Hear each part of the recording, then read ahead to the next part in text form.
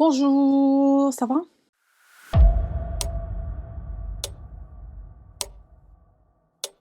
Le suspect d'un meurtre, d'accord, commis en Virginie en 2010, a été arrêté mardi dernier en Floride après avoir été intercepté pour avoir bêtement brûlé un feu rouge.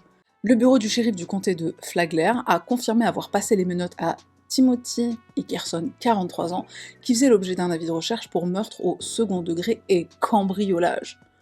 Le mec, il a vécu 10 piges de sa vie sans s'être inquiété. Ce dernier était en fait le principal suspect du meurtre de Shane Ryan Donahue, un jeune homme de 23 ans tué à Knoxville, en Virginie, 14 ans plus tôt. Ah d'accord, les faits datent de même 14 ans plus tôt. Ah bah oui, je suis con. Ça date de 2010, donc c'est 14 ans, pas 10 ans. Oh, je sais pas compter, moi. Timothy Hickerson circulait sur la route Old Kings lorsqu'un policier l'a interpellé pour avoir roulé sur un feu rouge, bon, on se comprend. Lors de la vérification des papiers d'identité, les membres des forces de l'ordre ont découvert qu'ils avaient affaire à un fugitif et aussitôt procédé à son arrestation. Le 24 mars 2010, Shane Ryan a été porté disparu après avoir quitté la maison de ses parents. L'enquête a toutefois piétiné et les policiers se sont retrouvés dans une impasse. Récemment, les enquêteurs ont reçu de nouvelles informations et ont donc décidé de rouvrir l'enquête. Ceux-ci ont découvert que la victime de Timothy avait été vue en train de quitter la résidence de ses parents. Hickerson, donc le mec là, accusé, serait aussi lié à un cambriolage commis dans la maison familiale des Donahue, quelques jours avant la disparition du jeune homme de 23 ans. Il est parti les cambrioler, et ensuite il est retourné pour commettre le meurtre. Mais pourquoi? Pourquoi cette famille en particulier? Cet élément d'information a fait de lui le principal suspect dans cette affaire et a permis aux policiers d'obtenir un mandat d'arrestation contre lui. J'ai une photo de la victime, donc c'est lui la victime, en plus il m'a l'air très jeune. Si vous êtes un fugitif, on va vous attraper, peu importe où vous vous enfuyez, et on vous mettra en prison, a commenté le shérif Rick Stanley. Cherche pas, tu n'échapperas pas à la justice. Les mots du shérif.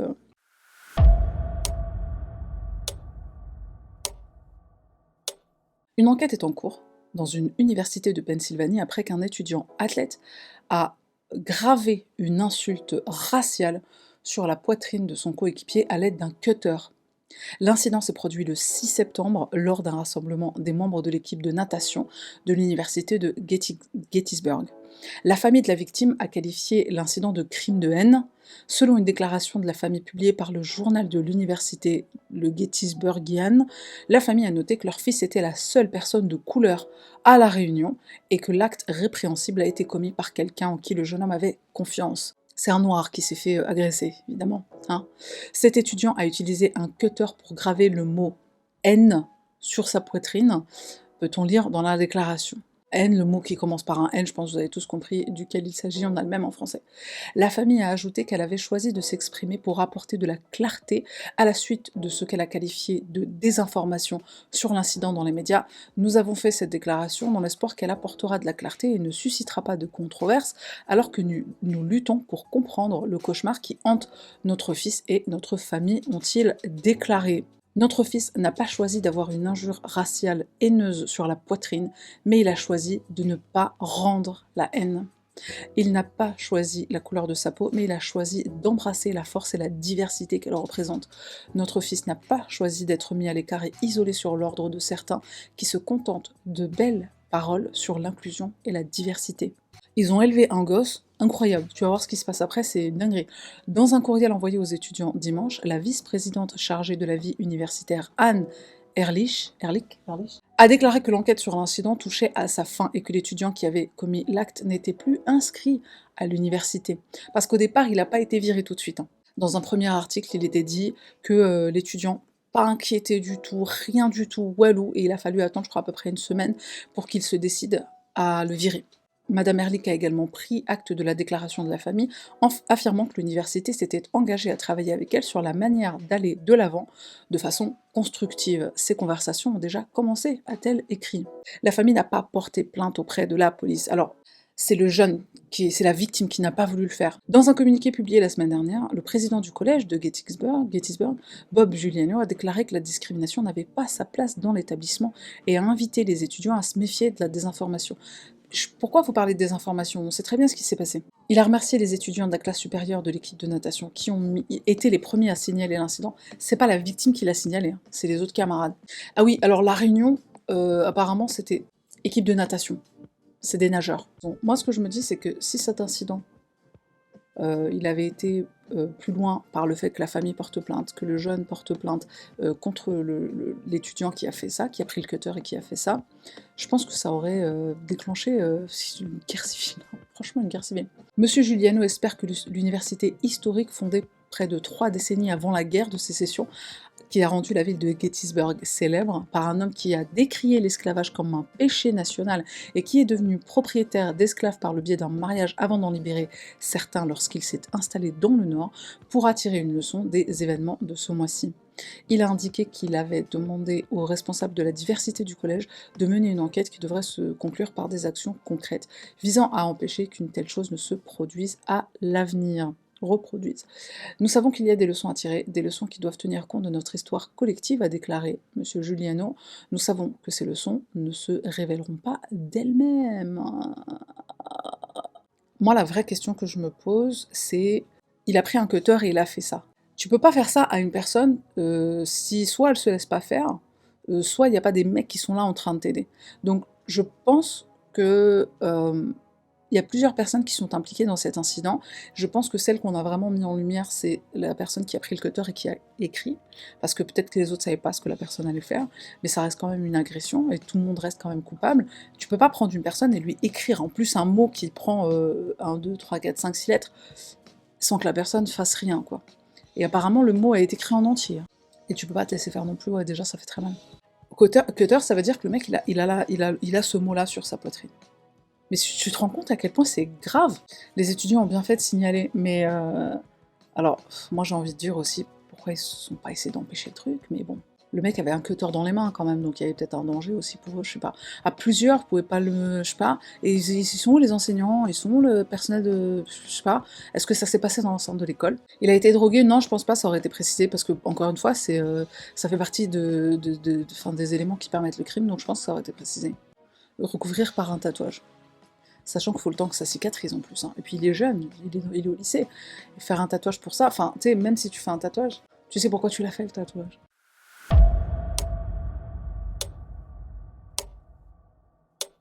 À Backpat, en Inde, une petite fille de 6 ans a été sauvée d'un prédateur sexuel par un groupe de singes. Oh mon Dieu! Alors que son agresseur l'avait entraînée dans une maison abandonnée pour tenter de la violer. Dans la communauté de Backpat, une petite fille de 6 ans jouait dehors lorsqu'elle a été abordée par un homme. L'homme a été vu sur des images de vidéosurveillance à proximité, marchant dans une ruelle étroite. Avec ma fille, il n'avait pas encore été identifié, a témoigné le père de la très jeune victime dans des propos relayés par le Times of India le lundi 23 septembre. Le prédateur l'a ensuite attiré dans une maison abandonnée où il l'a déshabillée avant de tenter de l'agresser sexuellement. C'est à ce moment que plusieurs singes ont fait irruption dans la maison et ont violemment attaqué l'homme jusqu'à ce qu'il finisse par quitter les lieux. Il a également menacé ma fille de me tuer. Ma fille serait déjà morte si les singes n'étaient pas intervenus, a poursuivi le père de la victime. C'est en rentrant chez elle, traumatisée, qu'elle a fait le récit du drame à sa famille, précisant que les singes lui avaient sauvé la vie. Subhanallah. L'homme mis en cause est toujours recherché par les forces de l'ordre local. Mais c'est dingue! C'est peut-être des gens... En plus, en Inde, ils croient en la réincarnation. Pas tous, mais certains croient en la réincarnation dans la religion hindoue. En tout cas, ils doivent trop se dire c'est des mecs. Tu sais, c'est des mecs ou c'est des mamans. C'est des mamans qui étaient réincarnées en ces singes et qui ont sauvé la petite et tout. Mais trop une belle histoire, quoi. J'espère qu'ils vont le retrouver, ce chacal, et qu'ils vont le... faire justice pour la petite, quand même.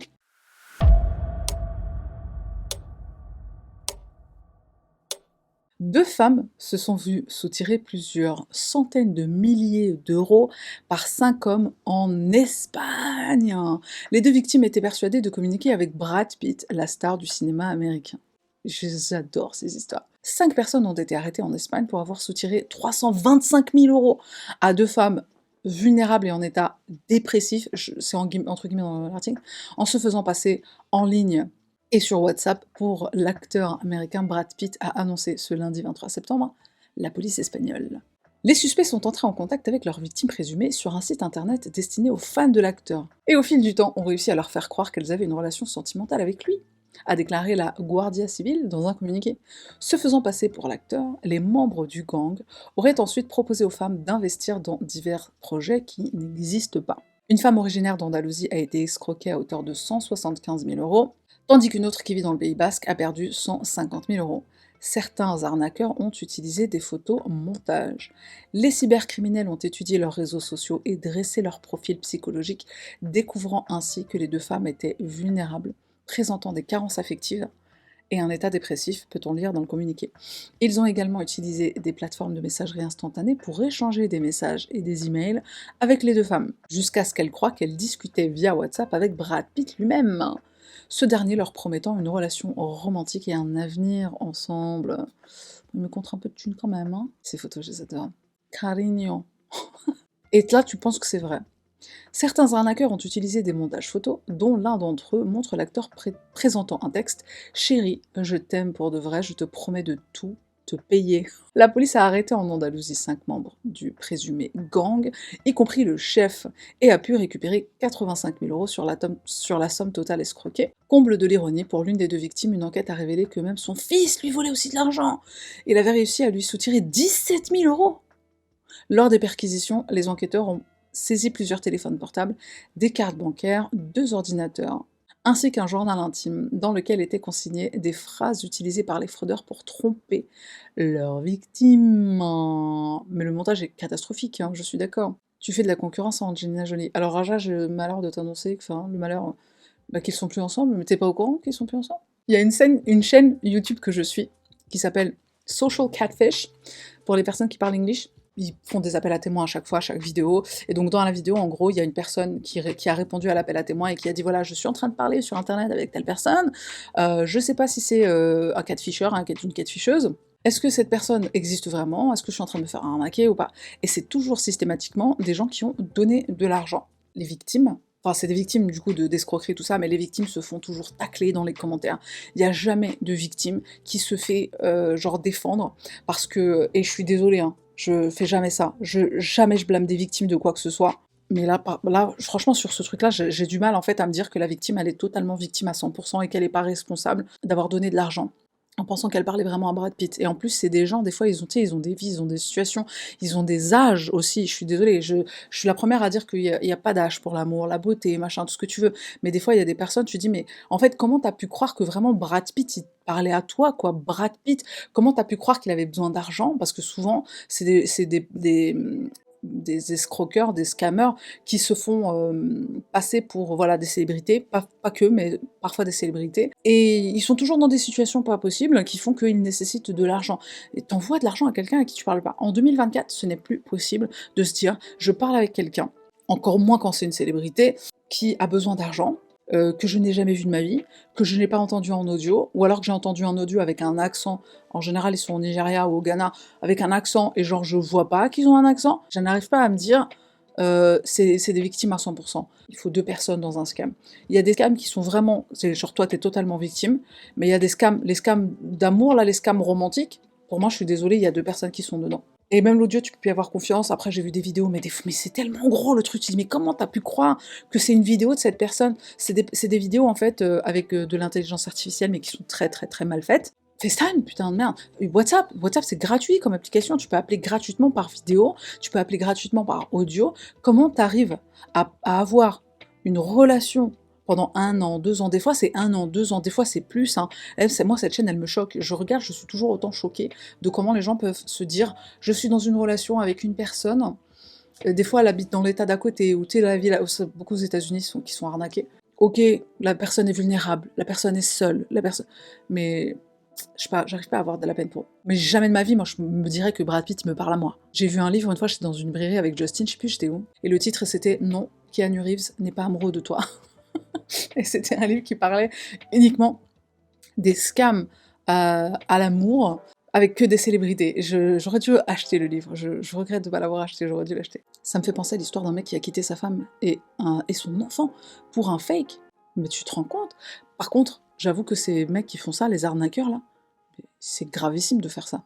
Tu détruis des familles. Après, les gens se laissent détruire leur famille aussi, parce que, comme les gens qui vont choisir d'aller, tu vois, d'aller voir ailleurs, l'adultère et tout, c'est tout, enfin, tu responsable aussi, hein, mais c'est déjà, c'est toi qui a engagé le truc, quoi. Une personne normale ne donne pas de pognon à des pseudos sur le net, je suis totalement d'accord. Je suis totalement d'accord. Je conçois la vulnérabilité du moment et d'être, pas bien, d'être, dans une période de ta vie qui est très difficile et tu as quelqu'un qui te dit tout ce que tu as envie d'entendre, tout ce que tu as besoin d'entendre, OK, mais de donner de l'argent et des fois, il y a des personnes qui se ruinent. Non. Il y a une meuf, dans une des émissions de Social Catfish, il y a une meuf, elle s'est faite arrêter par le FBI parce qu'elle voulait pas arrêter de donner de l'argent et en plus, elle en recevait aussi parce que des fois, ce qu'ils font, ces mecs, c'est très compliqué leur réseau, hein. Des fois, tu as le mec au Nigeria qui va avoir une meuf qui donne de l'argent et il a une meuf qui le reçoit pour lui. Et en fait, ils font plein de transferts comme ça entre différentes personnes. Donc cette meuf, elle a été arrêtée par le FBI et elle est en procédure. Elle risque de la prison et pendant très longtemps, parce que la fraude aux États-Unis, ils rigolent pas avec ça, parce qu'elle était en fait une money mule, enfin voilà, elle faisait des mouvements d'argent sans apparemment avoir conscience de ce qu'elle faisait, mais pour aider, faciliter ses arnaques, quoi. Des grosses sommes comme ça en plus. Est-ce que t'es pété thune? Est-ce que t'as les moyens de lâcher 200 000 euros comme ça pour quelqu'un que tu connais pas, juste parce qu'il t'a dit je t'aime?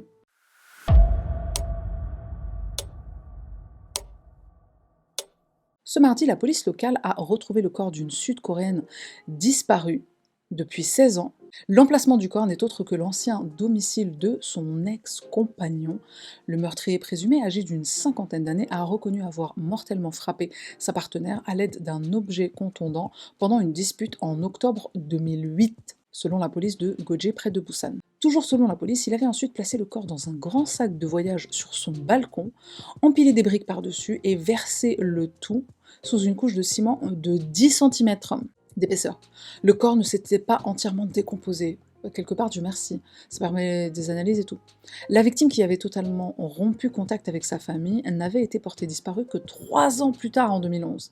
Pendant l'enquête, l'homme avait dit aux policiers que sa compagne était partie à la suite d'une rupture, et l'affaire avait été classée faute d'indices. Oh là. En 2016, l'homme avait quitté son domicile après avoir été arrêté dans une affaire de drogue et depuis, l'appartement était resté inoccupé. Non! Son propriétaire ne l'utilisant que comme pour espace de stockage. Le cadavre n'a été découvert que le mois dernier, quand un plombier qui effectuait une recherche de fuite a percé le tombeau improvisé.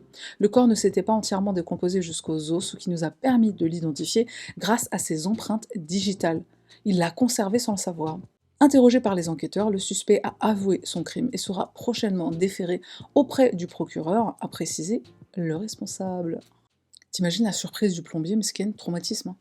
Bon, moi, je serais traumatisée. Bah, le souci, c'est que quand tu parles pas à ta famille, pour une raison X ou Y, hein, en fait, ils savent pas que t'as disparu, puisqu'ils le... bah, t'as pas de contact, t'as pas de contact. Après, je me dis, c'est triste, parce que est-ce qu'elle avait pas d'autres contacts qui auraient pu déclarer sa disparition? Genre des amis, des collègues, de travail, je sais pas. C'est triste, en fait, que personne d'autre que sa famille, qui malgré la coupure de contact, se soit quand même inquiété, quoi. Pourquoi le suspect l'a tué? Non, c'est une très bonne question, ouais. Ce serait intéressant de savoir pourquoi. Mais c'est pas dit dans l'article, malheureusement.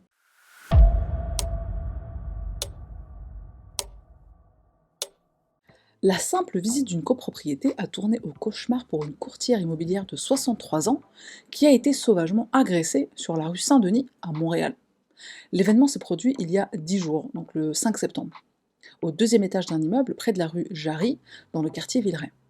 La SPVM, donc c'est la police, je crois, a indiqué à TVA Nouvelle avoir rapidement appréhendé Bilal Gadamassi Youssifou, un suspect de 21 ans dans ce dossier qui a été identifié par le DPCP. Je ne sais pas ce que c'est le DPCP, il comparaîtra jeudi. Quand la victime est arrivée pour visiter le condo le 15 septembre dernier, alors l'appartement, vers 14 h, le suspect se trouvait déjà à l'intérieur. Mais comment c'est possible s'il est fermé?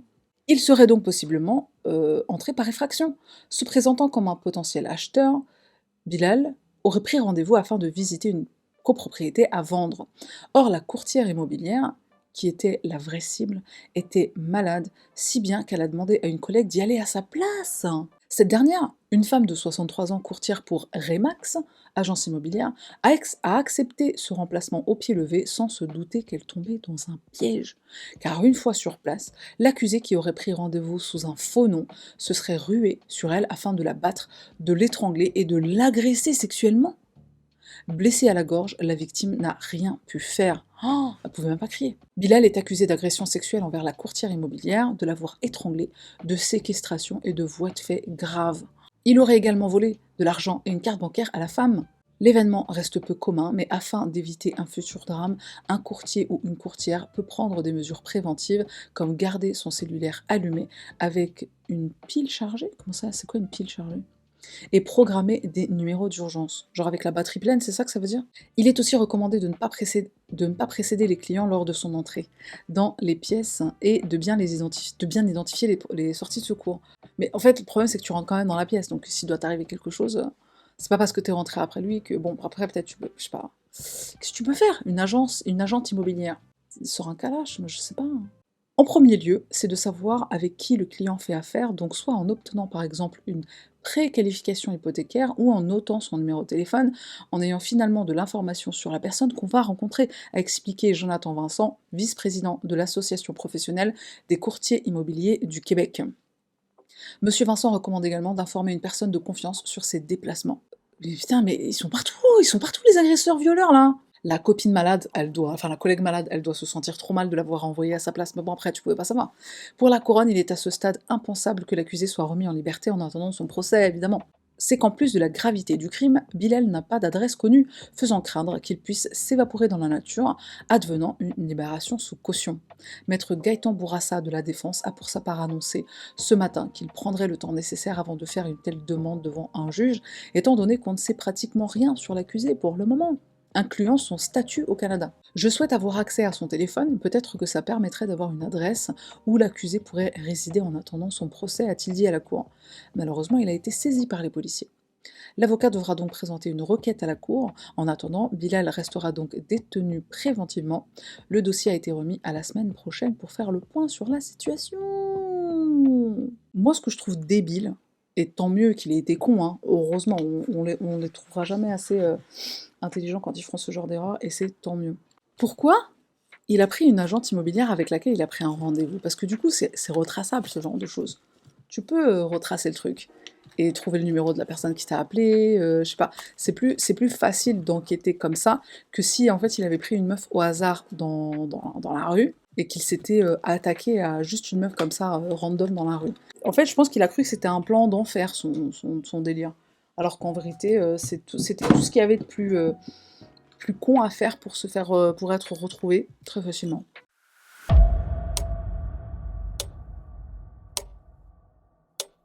Abdelkader, un homme de 48 ans d'origine tunisienne, a été arrêté en Italie après avoir poignardé à mort son ex-femme Roua. Roua, c'est le prénom de la dame. Également d'origine tunisienne, à leur domicile à Turin, devant leurs enfants, putain. Le suspect portait un bracelet électronique durant les faits. Pourquoi? Les faits se sont déroulés lundi 23 septembre dans le quartier de l'Aurora à Turin, en Italie.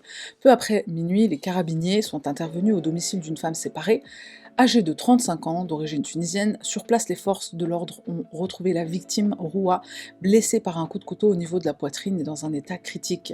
Elle a été transportée à l'hôpital dans un premier temps. Néanmoins, sa blessure étant grave, la jeune femme est décédée. D'après les premiers éléments, cette agression a eu lieu environ 30 minutes avant l'arrivée des carabiniers, soit aux alentours de 23h30. L'agresseur de Roua n'est autre que son ex-mari, Abdelkader, 48 ans. Le quadragénaire, un ouvrier du bâtiment, est titulaire d'un permis de séjour régulier.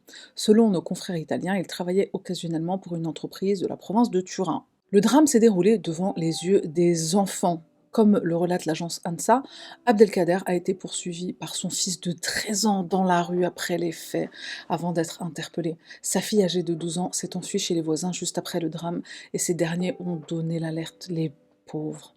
Abdelkader a été équipé d'un bracelet électronique à la suite d'une plainte déposée par Roua pour violence conjugale. Depuis le mois d'août, le suspect était interdit de s'approcher des lieux fréquentés par son ex-femme et du domicile familial. Toutefois, les enquêteurs cherchent actuellement à savoir si le bracelet électronique avait réellement fonctionné ce lundi.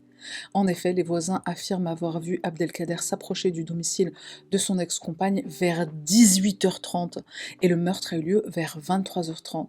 Il a eu tout le temps du monde pour commettre son acte horrible. Quelle enflure! Le bracelet électronique, dysfonctionnement, c'est ça? À quoi il a servi? C'est une bonne question, Isabelle, à quoi il a servi? Le problème, c'est que souvent, dans les cas de harcèlement, de violence conjugale, violence domestique, une injonction d'éloignement ou de je sais pas quoi là, à part l'obliger à pas être là, dans les parages, et encore, le mec, il avait un bracelet électronique, ils ont pas tous des bracelets électroniques, hein. Lui, il en avait un. Déjà, va savoir pourquoi. Ça veut dire que le cas devait être déjà plus grave que la norme. Pourquoi ça les a pas alertés? En fait, je veux juste savoir, je veux juste savoir pourquoi il était dans les parages pendant aussi longtemps avant de commettre son crime.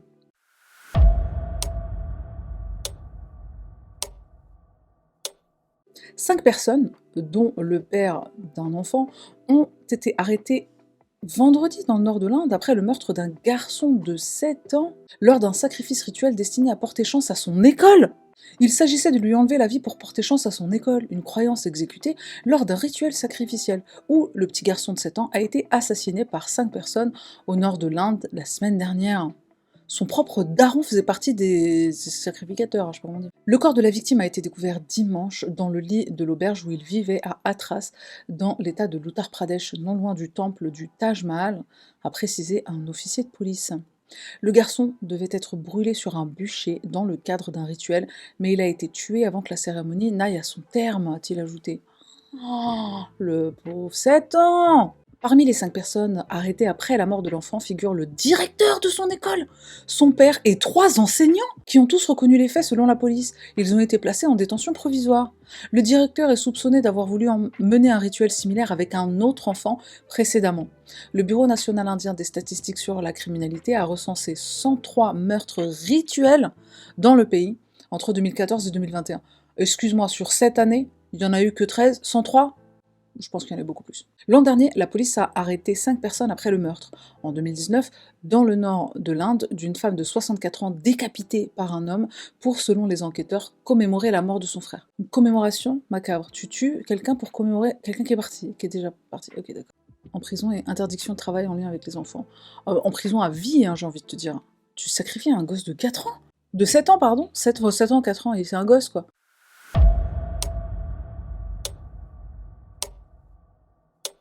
Un monstre diabolique qui avait poignardé à mort sa femme puis démembré son corps avant de jeter ses restes dans une rivière quelques jours plus tard a été emprisonné à vie.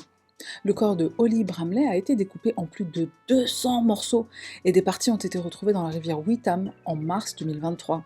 Nicolas Medson, qui a reconnu le meurtre, a été condamné à une peine minimale de 19 ans et 316 jours. Son ami Joshua Hancock, qui a aidé à se débarrasser des restes de Madame Bramley, près d'une semaine plus tard, a également été incarcéré. Hancock a été condamné à 3 ans et 3 mois de prison et a reçu une ordonnance de prévention des dommages sexuels pour une durée de 10 ans. Comment ça, des dommages sexuels? Coupé en 200 morceaux. Il devait être vraiment motivé, le mec. S'exprimant à l'extérieur du tribunal, la famille de Madame Bramley, qui avait décrit Medson comme un monstre diabolique, a déclaré que la condamnation n'était en aucun cas une fin, mais une étape importante dans le processus de notre chagrin et de notre guérison. En condamnant Medson, 28 ans, le juge Simon Hurst lui a dit « La cause de la mort ne peut pas être établie, étant donné la façon dont vous avez traité le corps de Holly après l'avoir tué. Les plongeurs de la police ont retrouvé 224 restes du corps de Madame Bramley, mais certaines parties n'ont jamais été retrouvées. Le couple s'est rencontré en 2016, ils se sont mariés en 2021, mais ils étaient sur le point de se séparer lorsque Medson, qui souffre de troubles du spectre autistique, a commis le meurtre, ont déclaré les procureurs. Le 17 mars 2023, Medson a poignardé sa femme de 26 ans à plusieurs reprises dans la chambre à coucher, avant de se rendre dans la salle de bain où elle a été démembrée. Ces restes ont ensuite été conservés dans le garde-manger de la cuisine, hein, bien sûr, pendant près d'une semaine avant d'être jetés dans la rivière Witham. Quelques instants avant le meurtre, Medson a retenu sa femme dans une prise de tête, mais elle lui a mordu le bras. Il l'a agrippée comme ça. Elle lui a mordu le bras dans une tentative désespérée d'échapper à son emprise. Le juge dit à Medson, le nombre de parties du corps était bien supérieur à ce qui était nécessaire pour retirer Holly de votre appartement. Et ce n'est pas excusable par votre trouble du spectre autistique, merci. 200 morceaux, pourquoi 200 4-5, ça suffisait, hein. Enfin, en gros, c'est ce que le juge a dit, quoi. Il a ajouté le fait que Medson n'avait pas donné d'explication adéquate pour expliquer comment et pourquoi il avait tué sa femme, puis démembré et caché son corps, ce qui a dû causer une agonie et une angoisse continue à la famille et aux amis de Holly. Le tribunal a appris que Madsen avait raconté un tas de mensonges à la police, et lorsqu'ils ont visité l'appartement le 24 mars, après avoir signalé qu'elle s'inquiétait du bien-être de Bramley, il a continué de mentir. Dans les jours qui ont suivi le meurtre, Madsen a cherché sur internet comment se débarrasser d'un cadavre. Il a envoyé des messages à la famille et aux amis de sa femme en utilisant son téléphone, ses comptes de réseaux sociaux, avouant qu'elle avait maltraité Madsen. Oh.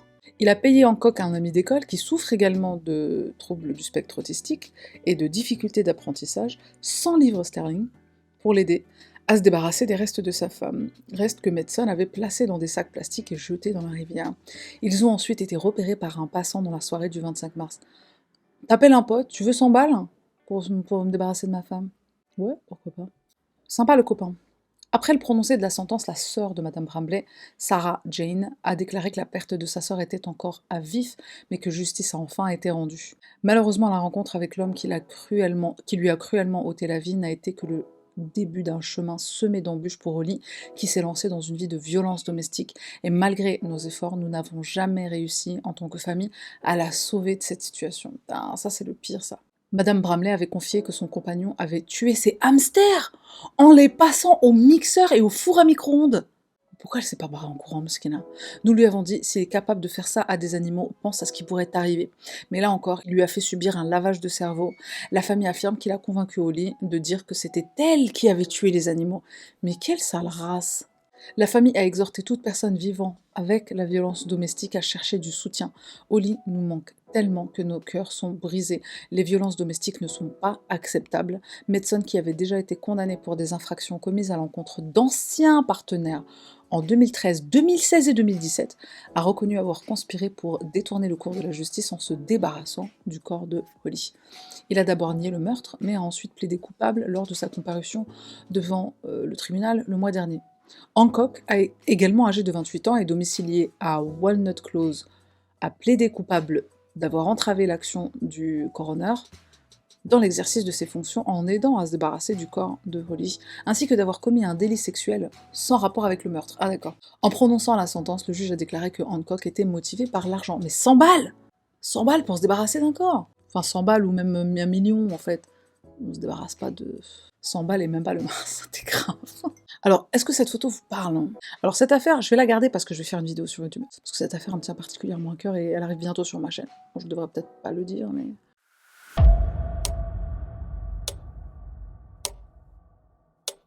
Elle a emprunté la voiture familiale pour aller faire des courses. Jusqu'ici, tout va bien, sauf que la conductrice n'est âgée que de 8 ans. Imaginez cette scène digne d'un film. Une petite fille de seulement 8 ans volant la voiture familiale et parcourant 17 km pour se rendre à son supermarché préféré. Comment elle a fait pour faire tout ce chemin? Ce n'est pas un rêve farfelu ni une histoire sortie tout droit d'un dessin animé, mais bien la réalité pour une famille de l'Ohio aux États-Unis. L'incident s'est déroulé ce dimanche 15 septembre 2024 pendant une matinée tranquille dans la petite ville de Bedford, dans l'Ohio, comme l'a révélé la dépêche. Alors que la plupart des enfants de cet âge regardent des dessins animés ou jouent dans leur chambre, cette fillette a eu une idée bien plus audacieuse. Vers 7h du matin, elle est matinale en plus la petite, alors que ses parents dorment encore, elle subtilise les clés de la voiture, un SUV Nissan Rouge en plus, un 4x4. Elle monte à bord comme si elle s'apprêtait à vivre une aventure extraordinaire. Direction Target, c'est là où travaille Justin.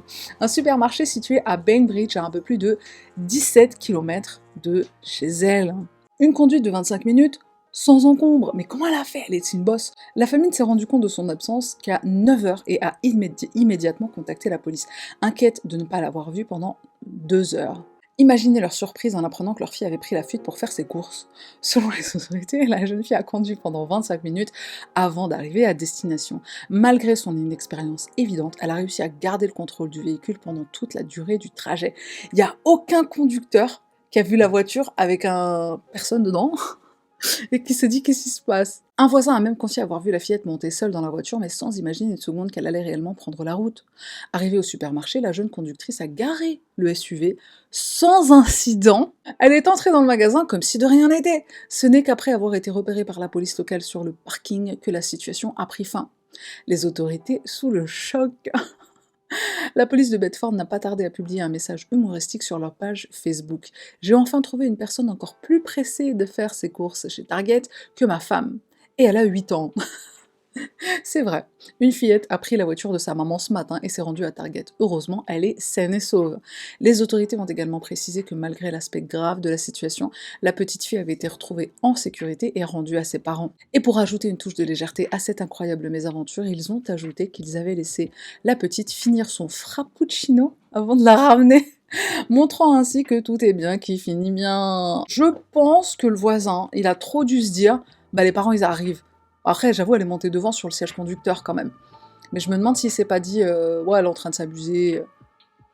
Alors c'est obligé, c'est une voiture automatique. Déjà aux États-Unis, il y a quasiment que ça. C'est très rare les voitures manuelles. C'est vraiment pour les collectionneurs en fait, les voitures manuelles. Personne n'a de voiture manuelle. Donc évidemment, conduire une boîte auto, c'est beaucoup plus facile. En fait, tu le mets sur... et puis voilà, ça y est, t'es parti. 17 km, 25... Elle a roulé pendant 25 minutes. Et pendant 25 minutes, personne ne l'a vue. Alors après, j'avoue qu'il était 7 heures du matin. À 7 heures du matin, y a pas grand monde sur la route. Et comment elle a fait pour accélérer et pour rouler à une vitesse normale qui n'a gêné aucun conducteur? 8 ans, peut-être elle a mis un coussin sous ses fesses, je sais pas. Mais comment t'accèdes aux pédales? Eh, je connais des gens, ils conduisent pas comme elle. Ils auraient eu un accident en étant des adultes, hein. Les gens ont dû se dire c'est une femme petite, c'est ce que j'ai pensé aussi, ouais. Prenez soin de vous les amis, et puis prenez soin de vous pour dimanche, et